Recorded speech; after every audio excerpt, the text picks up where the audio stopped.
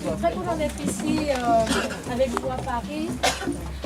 Je reviens de Philadelphie, je sors de l'aéroport à l'instant. Et il y a 2 jours, j'étais en Haïti pour la convention de notre organisation. Et je vous apporte les salutations de nos frères et de nos sœurs d'Haïti.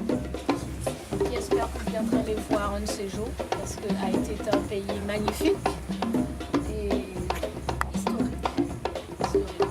Mais je suis ici pour vous parler d'autre chose. Tout est lié d'une façon ou d'une autre. Il s'agit donc d'un livre assez gros tout de même, et qui a été écrit en anglais. Le titre c'est ISIS Papers, et que j'ai traduit par les dossiers d'ISIS.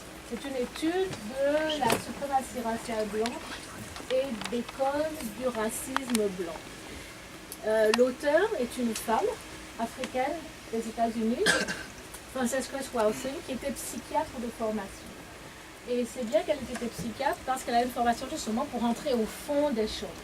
Vous voyez, ne pas se satisfaire des explications superficielles, oh ils font ça comme ça. Non, non, elle voulait vraiment rentrer dans la psyché blanche pour essayer de comprendre pourquoi ces gens-là sont aussi méchants avec les peuples de couleur en général et le peuple noir en particulier.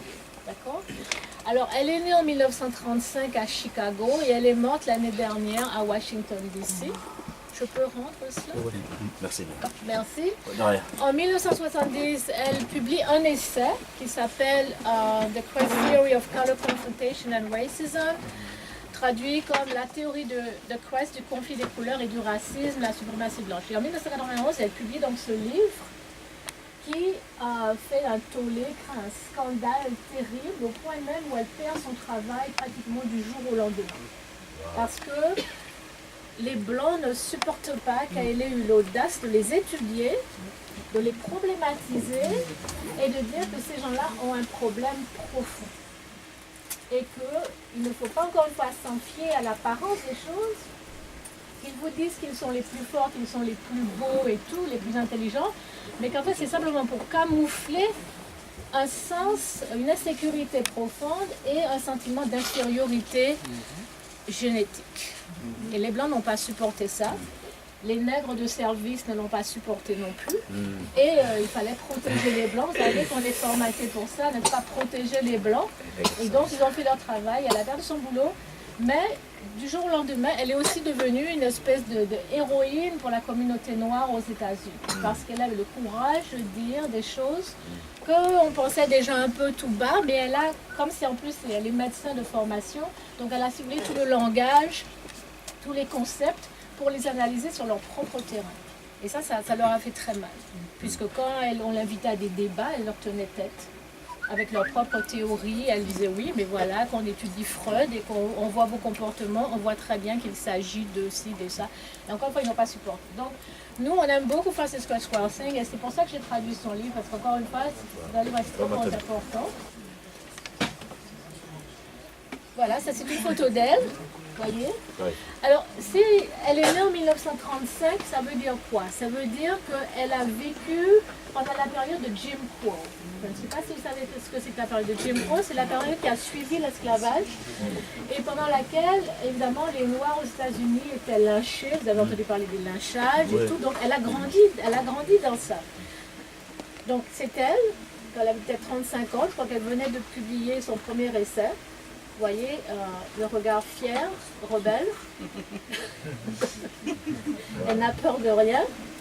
C'est ce qu'il nous faut. Et elle, vers la fin de sa vie, n'est-ce pas, une très belle femme. Alors, l'observation qu'elle a faite, c'est une observation que nous pouvons tous faire, c'est que les Blancs mènent une guerre sans fin, sans merci contre ce qu'elle appelle les non-Blancs. D'accord ? Et comme je le disais, comme elle a grandi pendant la période de Jim Crow, c'est vraiment des photos pour vous montrer ce dans quoi elle a grandi, ce dans quoi elle a vécu, n'est-ce pas, des Noirs qui sont pendus, des Native Americans, les so-called Amérindiens, qui ont été exterminés, massacrés. On continue, s'il vous plaît. Nous, évidemment, dans les bateaux des négriers, on continue.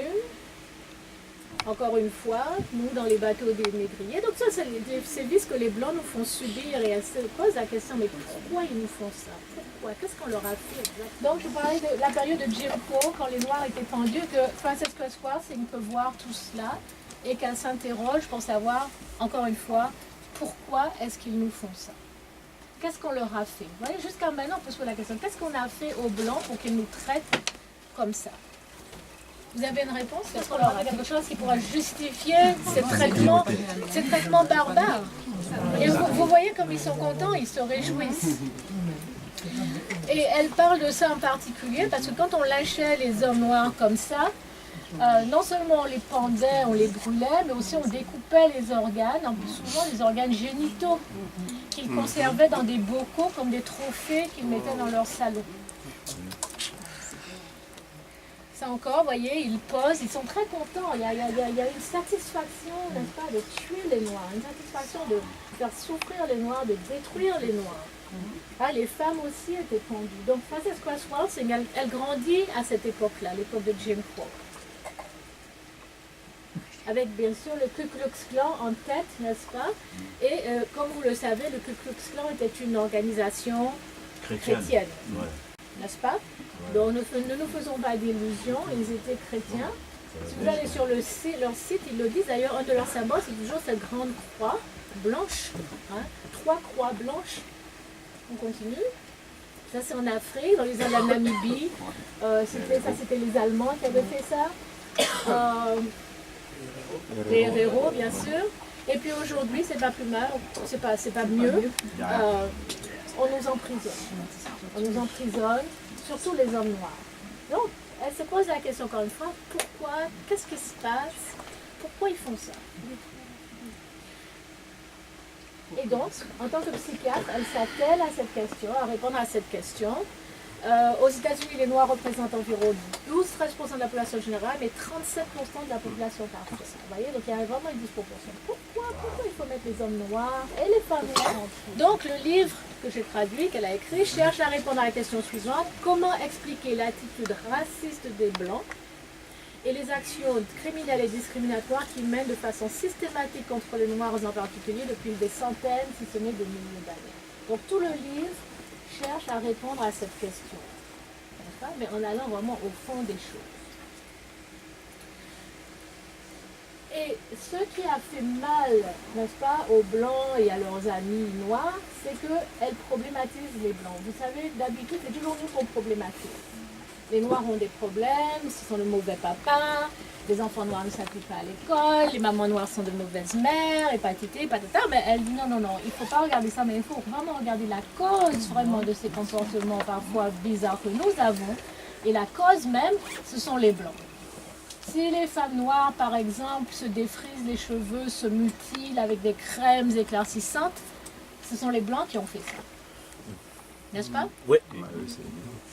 S'il y a des hommes noirs qui manquent de respect aux femmes noires, c'est le racisme blanc qui, en dernière instance, est responsable de ça. Parce que nous savons qu'en Afrique, nous n'avions pas ce problème. Ce qui s'est passé, et encore une fois pour elle, qu'est-ce qui s'est passé? C'est l'intervention, l'irruption des Blancs dans notre existence et surtout dans notre conscience. On continue. Alors, et qu'est-ce qu'elle dit? Et ça, c'est la bombe, qu'en fait, le racisme blanc, la suprématie raciale blanche s'explique simplement par le fait que les Blancs n'ont pas de mélanine. Elle explique, on peut continuer, que les Blancs sont anormaux, ce sont des individus anormaux. Pourquoi? Parce que la norme, c'est d'avoir de la mélanine. Ok? Est-ce que vous connaissez le pourcentage que représentent les Blancs dans le monde, dans la population mondiale? Voilà, entre 8 et 10%. Vous voyez? Alors c'est très peu. Ouais. Donc ils sont anormaux, statistiquement ils sont anormaux, n'est-ce pas? Et génétiquement ils sont anormaux, puisque la norme c'est d'avoir de la couleur. À des degrés divers, mais d'avoir de la couleur. Les Chinois en sont... Donc qu'est-ce qu'elle dit? Justement, qu'est-ce qui est à l'origine de cette anormalité? C'est l'albinisme. En fait, elle dit qu'il n'y a aucune différence au microscope entre une peau blanche et une peau d'albinos. Ce qui caractérise les deux, c'est une absence totale de mélanine. Voilà. Elle l'explique. Les peuples à peau blanche furent au départ des mutations albinos des Noirs d'Afrique. Donc c'était des Noirs et il y a une mutation albinos. D'accord? Ces peuples à la peau blanche étaient reconnus comme étant malades. L'albinisme est une maladie, hein, n'est-ce pas? De la même façon que la science génétique moderne reconnaît l'albinisme, le manque de mélanine, comme un trouble causé par une déficience génétique. Et elle fait remarquer comment le mot albinisme, vous voyez, vient du latin alba, qui veut dire blanc. Donc en fait c'est la même chose. Vous dites albinisme, albinos ou blanc, donc vous voyez une maman africaine avec ses deux filles albinos. Donc ça arrive. Ça arrive. C'est malheureux, mais ça arrive. Et c'est toujours vos enfants, vous les aimez. Et voilà. Et donc on passe donc justement de l'albinos noir, si vous voulez, à l'albinos blanche. Alors, on peut expliquer les différents traits par des facteurs climatiques, comme l'avait fait Cheikh Anta Diop, n'est-ce pas? Puisqu'elle dit qu'en fait que ces albinos noirs ne pouvaient pas supporter la chaleur de l'Afrique puisqu'ils n'ont pas de mélanine, n'est-ce pas? Ouais. Donc ils vont quitter l'Afrique et ils vont aller en Europe et ils deviennent comme ça. Au fur et à mesure du temps, bien sûr. Je parle ici du rapport des Nations Unies parce que c'est aussi une grosse préoccupation des Blancs. Non seulement ils sont une minorité, mais ils sont aussi une minorité qui est en train de devenir encore plus minoritaire. N'est-ce pas? Pourquoi? Parce qu'ils ne se reproduisent pas. Et ça peut aussi être lié à l'albinisme.